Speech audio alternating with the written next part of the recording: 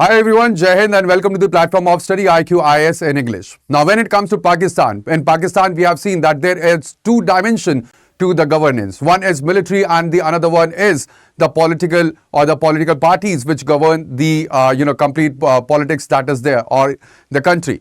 Now when it comes to Pakistan, there is one more important thing that we have to understand, and that is the dynamics that both the political parties and the military have in their mind to survive in the country. Now, as we know that this is the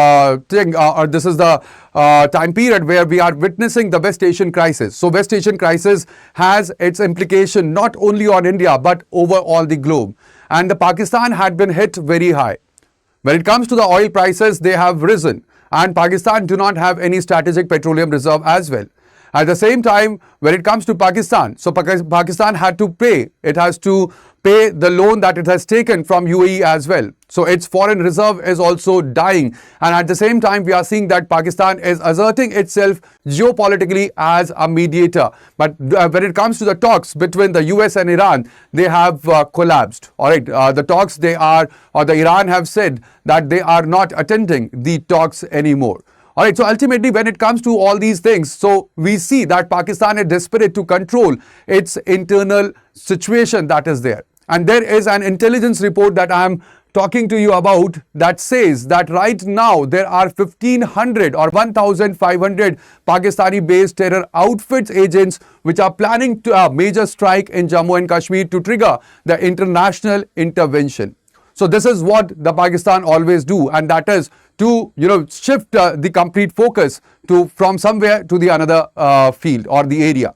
Now over here, at the same time, when it comes to General Asim Munir, he is reportedly orchestrating a double game to distract from the internal political as well as economic failures that Pakistan is facing right now. There is also failure of the Pakistan-led mediation in Iran-US talks that has pushed the military to rekindle the Kashmir issue again.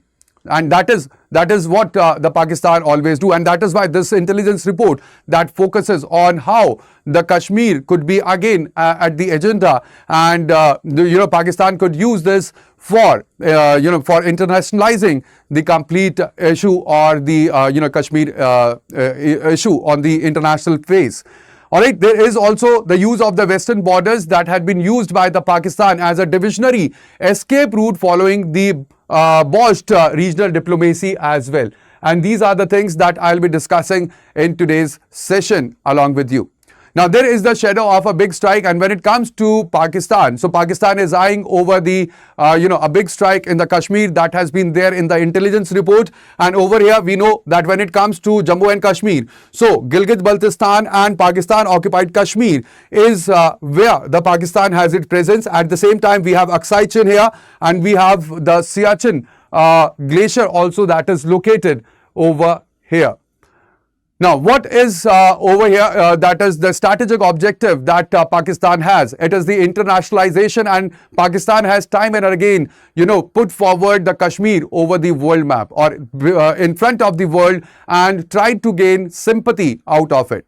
Now, over here in the report, it is a high casualty event that is designed to force a UN-led or Western diplomatic intervention that the Pakistan may try, that is there in this intelligence report. And it aims to project the Kashmir as the nuclear flashpoint to bypass the post-370 or the Article 370 that had been removed domestic normalcy. This will sabotage the success of the tourism peak and the infrastructure projects in the valley, and also it will lead to military's attempt to justify its massive budget amid the Pakistan's economic meltdown in front of the IMF in the case of IMF bailout as well. So Pakistan is going through the IMF bailout packages, and its economy is fragile, its economy is failing, and still Pakistan is playing, or it is showing that it is still a strong nation in front of the globe.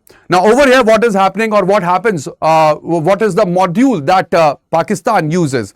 It is that it keeps the localized modules active in the region. in the Pakistan occupied region, and there is the probability that there could be a larger attack. Now this larger attack is so that the India, it will retaliate, just in the case like we have seen in the case of Operation Sindoor, and then it will present the complete crisis as a regional crisis. Pakistan will invite the third party attention to the complete conflict, and again it will sustain the plausible deniality in the complete theater that it will have. So this also, there is a complete report that also shows about, or it talks about, the double game that Asim Munir is playing right now. Pakistan had attempted to act as a bridge between Iran and US, and this attempt has been failed miserably. Alright, this has exposed its lack of the regional diplomatic heft as well. The Green Pakistan initiative, alright, the Green Pakistan, or even the SIFC, that is the Investment Facilitation Corporation in Pakistan, these initiatives have failed to provide any kind of immediate relief. And ultimately, right now, the security threat is the only remaining unifying tool that Pakistan has. Alright, invite or be there in a kind of war or any kind of activity with India and ignite the nationalism, and that is the only unifying tool that is left with Pakistan. Alright, it will also, over here, there will be tightening the grip on the political dissent through this by manufacturing an external crisis, and ultimately they will seek the new leverage via tactical movements in Afghanistan as well, and that is what the Asim Munir's new double game is all about. There is Western diversion where the Afghanistan is being used as a buffer. Following this failed mediation efforts, the Pakistani over here, the establishment is reportedly using the Afghan border as a tactical escape route. Now what they are doing is that they are shifting the attention towards TTP, or Tehreek-e-Taliban Pakistan, and the border skirmishes with the Taliban as well. Alright, they are also moving the terror launchpads to the more rugged and less monitored western corridors, and they are using the terrorism in Afghanistan narrative to seek the financial aid from the US or even from the western countries as well. Now when it comes to India, so India have taken proactive deterrence, and we have set up the integrated command as well. There is increased coordination that you will see now between Jammu Kashmir Police as well as CRPF and the Indian Army as well. We have shifted our position or posture from strategic restraint to proactive response, as we have seen during the surgical strikes, Operation Balakot as well, and there had been implementation of the CIBMS, that is Comprehensive Integrated Border Management System in India as well. Alright, at the same time, when it comes to diplomatic offensive, we have highlighted the Pakistan state complicity when it comes to the terrorism at FATF as well as at the SCO forum recently by Defense Minister Mr. Rajnath Singh, and even at the G20 forum as well. Now when it comes to after the 370 was abrogated, so the complete dynamics of the development have changed in Pakistan. There were infrastructure boom when it comes to Zojila Tunnel, about the aims which are constructed, and also the railway connectivity to Srinagar, that is a counter narrative that is there. Alright, they have built, or the boom, it acts as a counter narrative to the Pakistan's narrative.